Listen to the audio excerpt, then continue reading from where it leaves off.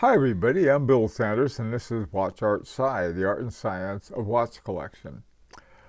Today what I'd like to talk about, this is going to be part one of a two-part series that I want to do on watch movements. When you buy a watch, unless it's made out of platinum or gold or something like that, the most important part and the most expensive part of your watch is the movement. It's a good movement is one that has a lot of different features. Of course, the what a lot of people think, well, it's the most important thing is it to work right. Well, yes, that's true. A chronometer grade watch is sort of the best one that you probably would want. However, there's a great deal of difference in the quality of the watch, and a lot of the watches that are made with movements that are better than the movements that are in-house movements. And this first part, though, that we're going to do, these are movements that are more general. Some of them, I think, are clearly better than others. Others are simply an imitation or clone of another one, primarily ETA. And others are ones that when you get a watch, you probably ought to know about, because you don't want to pay for junk inside of a watch, even though the watch itself may be pretty on the outside. And these are the issues I think would be a good thing to take a look at. So let's start off with the usual suspects. Now, these are ones that ETA movements a few years ago, getting to be several years ago, decided they weren't going to sell ETA movements, which are incredibly popular outside of the Swatch group. And so when we talk about that, you have every watch in Swatch could possibly have an ETA movement in it. So that showing there it's got an ETA movement. Now, Sellita is sort of seen as a series of clones of ETAs. There are two elements of the clones. One is the basic movement architecture, which is in other words, it's the same as the original, except for perhaps certain details and quality are either higher or lower, or some other little style details, but essentially they're the same. And Sellita probably has more than anyone else on that score, because basically when people couldn't get their ETA movements from ETA, they started buying them from Sellita, and Sellita wanted to make sure that they were the same size that an ETA would have. But in Sellita's case, I think most of them were actually the same ones. I mean, in terms of architecture. Now, Miyota, owned by Citizen Watches, a Japanese company, are in a lot of different watches, especially the micro brands. They're inexpensive and they're not bad. I mean, they tick away. They have, of course, different grades, like so does Sellita and so does ETA. And so depending on the grade you get, you can get from one that is pretty iffy to one that, pas mal, huh? Okay, so those are the ones that you may likely have heard of and know about. So let's take a look at the other ones that are out there. Now, the first one is Knessi, and this is a very, very interesting company because it seems to be owned by more than one group. To start with, Tudor is like the owner, and Tudor is owned by Rolex. Okay, running through all of this, the Knessi factory was built on land owned by Rolex. Now, the caliber, the Tudor's watches made by Knessi get the silicon hairspring. Right now, Rolex, Swatch, and Patek Philippe have what we might call sort of a patent monopoly on silicon hairsprings.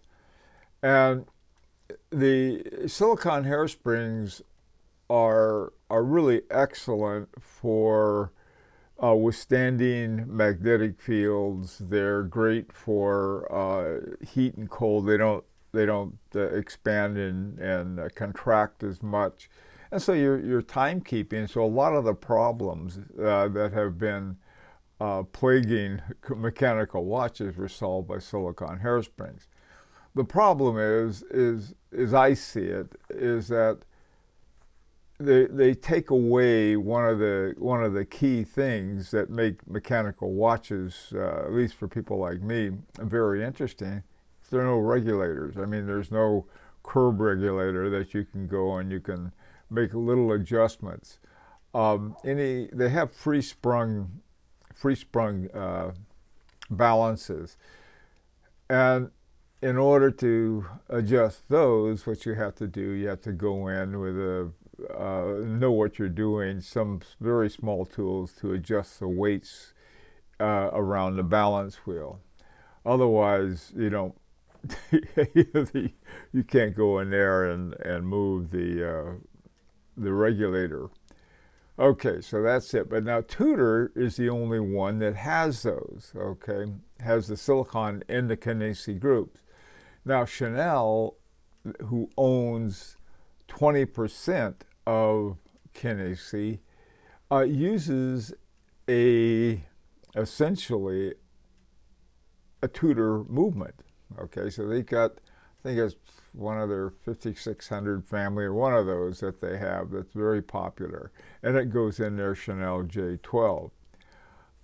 They have some other calibers that are used. The Norcane is called the NN220/2. By the way, the caliber 12.2 is the name that Chanel gives to the Tudor movement that's in it. It's the way it is without the silicone hairspring. Okay, now Norcane has the caliber NN20/2 in their GMT. It's called the Norcane Neverest GMT Glacier. It's the same movement that's in the Tudor GMT, so without the silicone hairspring. Okay, that's Knessi. It's a very interesting company, believe me. Companies that use some of their movements include Norcane, of course, Tag Heuer. Tag Heuer is owned by Louis Vuitton. Fortress, a watch company called Ultramarine, and Bell & Ross. And Bell & Ross is owned by Chanel. So there's all kinds of inner things here. Okay, moving right along. Now, Soprad, I think of the movements that are, I'll call them affordable, relatively affordable. In part 2, we're going to talk about the really high-end ones. But this is a really good, solid movements. I happen to like them a lot. They're owned by the Festina Group. Watches that use Soprad include Perollet, Candido, Jaguar, Dior, the Grand Ball version of it. Ball watches. Ball is famous for the Station Master. Cuervo y Sobrinos, Paul Picot, Serica, and Olek and Wadge. Name. So there are a couple there. The Sin diving watch uses the M100 A10. Now the A10 is pretty much based on the Seiko L4, which is a movement that was Seiko's first sort of shot at high horology movement. Great movement, but it wasn't accepted by the Seiko because they had to charge more for it. Now, one of the new ones from Soprad is called the Newton, and there are a number of different calibers they have under the Newton name. But this is one that is supposed to be sort of you're really sort of, I would say if you looked at at Soprad. Soprad would be up here, and this would be like sort of the ETA type. Most ETA type movements would be here. The other ones may be way up here, but there's something about Soprad that I simply like a lot, and that Newton is very tempting to find watches. The Olek and Waj has that. Has one of the Newtons in it. It's an interesting one you might be interested in. And it's COSC certified. Now, another one you probably heard of is Vacheron manufactured Fleurier. They go by VMF. They're owned by the Sandoz Family Foundation, and all of the Parmigiani watches have these, because Parmigiani is also owned by the Sandoz Family Foundation, and so it's part of a vertical manufacturing that the Sandoz family currently owns. Their foundation does anyway. Maybe selling it. That'd be interesting to see what happens. Now, Hermes owns 25% of it, so that's a big hunk. And here you have Vacheron manufactured. Now, they're moving up in terms of quality. And you have a wide variety of movements that watch companies use, including like one that Richard Mille has, the RM6501, uses VMF movement. The Baume et Mercier Clinton, which is sort of Clifton, which is sort of a little, sort of a standard watch using standard movements, but a little better than that. It uses the Baume et Mercier Clifton 1830 perpetual calendar, uses a VMF 5401. When you look at the list of watchmakers that have used or currently using VMF, beside Hermes, you have Audemars Piguet, Richard Mille, of course, Parmigiani Fleurier, Quorum, Baume et Mercier, Fabergé, Spique Marin, and Alexander Murison, among others. There's some other ones. This is one of the things I found is that I've come to know the people at Agenor pretty well, as they're movement makers, and they are very circumspect. And by that I mean, so many watch companies say, we don't want anybody to know who made our movement. You know, like, always like, my question is that if they've got a good movement, why not talk about it? I think, VMF, even Soprad, I think you can brag, say, hey, we got a Soprad Newton in here, and say that's people as collectors maybe, but people who aren't collectors don't know the difference anyway, so it doesn't matter. But you have movements out there that I would rather have in my watch than an in-house one. So these are some things that I think are worth considering. All of this whole thing about in-house movement, that came along with high horology, but if somebody has an in-house movement that is meh, why not go with one that's not in-house? Okay, enough of that.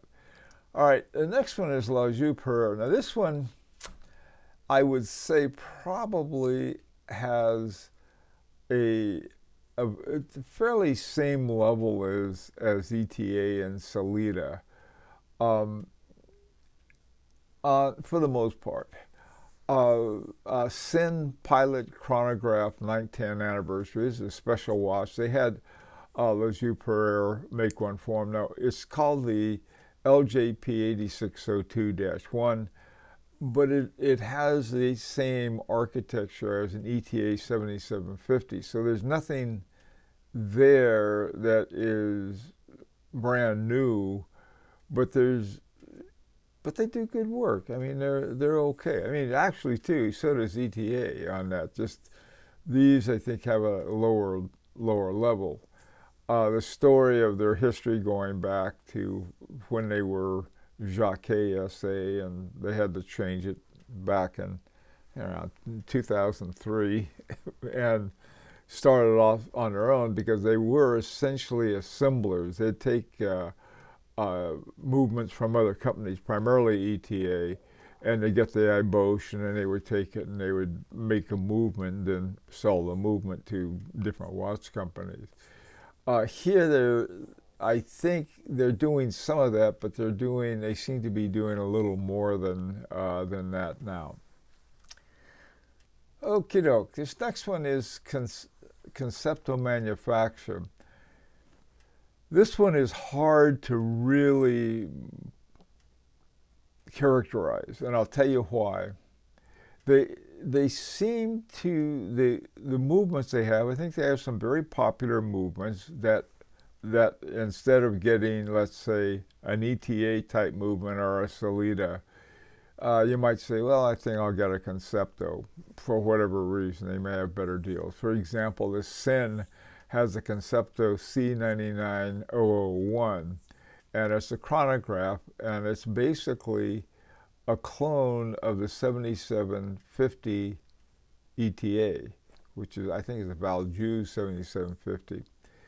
And there are some unique aspects to it. They have a regulator that's unique. It's a slight difference. Okay, now that's one thing. On the other hand, they have some really amazing movements that they worked with. On the bottom there's a Bulgari Octo Finissimo Ultra Mark II. Well, that BBL 180 is the name of the movement, but Conpto did a lot of the work. They went to Conpto for in order to help them put it together. And Conpto, if you look on the lower right there, you can see the top watch was a thin watch that I think it was Bulgari. Yeah, Bulgari had in 2007. And then in 2024, it's even thinner. And that's the one that they worked on with Conpto. So Conpto is one of these things that they've got a lot of range, far more than I realized. Valjean Jacques is the head of it, and he's done, I think, some really, really interesting stuff. More about them is, I wish I could tell you more, but that's all I have right now. But they are another alternative to ETAs and Salidas, but apparently they're also like working with some really fairly high level stuff too. Now the final one is unusual. This is Valfleury, and Valfleury is a company that was set up by the Richemont Group to make watches for the watches that are part of the Richemont Group. These include, here are three right here: Vacheron Constantin, Piaget, and Cartier. Now, there was a movement that Cartier has called the Cartier 1904. It's a good, solid, upscale movement. And what Richemont decided to do is that they wanted to make movements for a lot of their watches. One of the first movements that was in-house that Baume Mercier had was called a Baumatic, and a Baumatic was an automatic movement for Baume Mercier, but it was made by Valfleury, and it's an interesting kind of thing when you look at the Cartier 1904. You can see how differently it was treated by those three different companies. Vacheron Constantin did some major changes to the regulator. If you look at the regulator on either the Piaget or the Cartier, they look virtually identical, and there's nothing wrong with them either. But if you look at the one on the Vacheron Constantin, they totally took out the little arm that comes out from the regulator, and they have a little screw at the top, and you turn the screw, and it'll make it go faster or slower. The one on that's not present on the one that Vacheron Constantin has on its watch called the 56, and so they're the same basic architecture. That doesn't mean they're exactly the same movement, but pretty close. Now, one of the things about this, all of the Vacheron Constantin watches now have the Geneva seal, with the exception of the entry-level 56, which is simply an automatic movement, and the automatic movement is based on the 1904, and it does not have the Geneva seal. Whereas the 56 with, I think it's dual time, it gets the Geneva seal because they use a totally different Vacheron Constantin movement. I don't know what the sales figures are, but I would guess that the 56 is about around $12,000. You say, well, that's no bargain basement price, but compared to the next level, it is, because the next one goes up to over $20,000. So there's I think a good role for Val Fleurier for entry levels, and still you can go ahead and make all these other ones that will cost you more to make and you can charge more for, but at the same time, let's have an entry level watch or some. Anyway, okay, now this is part one. Now the next time we're going to do it on part two, and these are movements makers for little upscale, in fact, in some cases, a lot upscale. Let me know what you think, and it's an opportunity to subscribe if you like. And until next time, this is Bill Sanders for Watch Art Sci, the Art and Science of Watch Collection.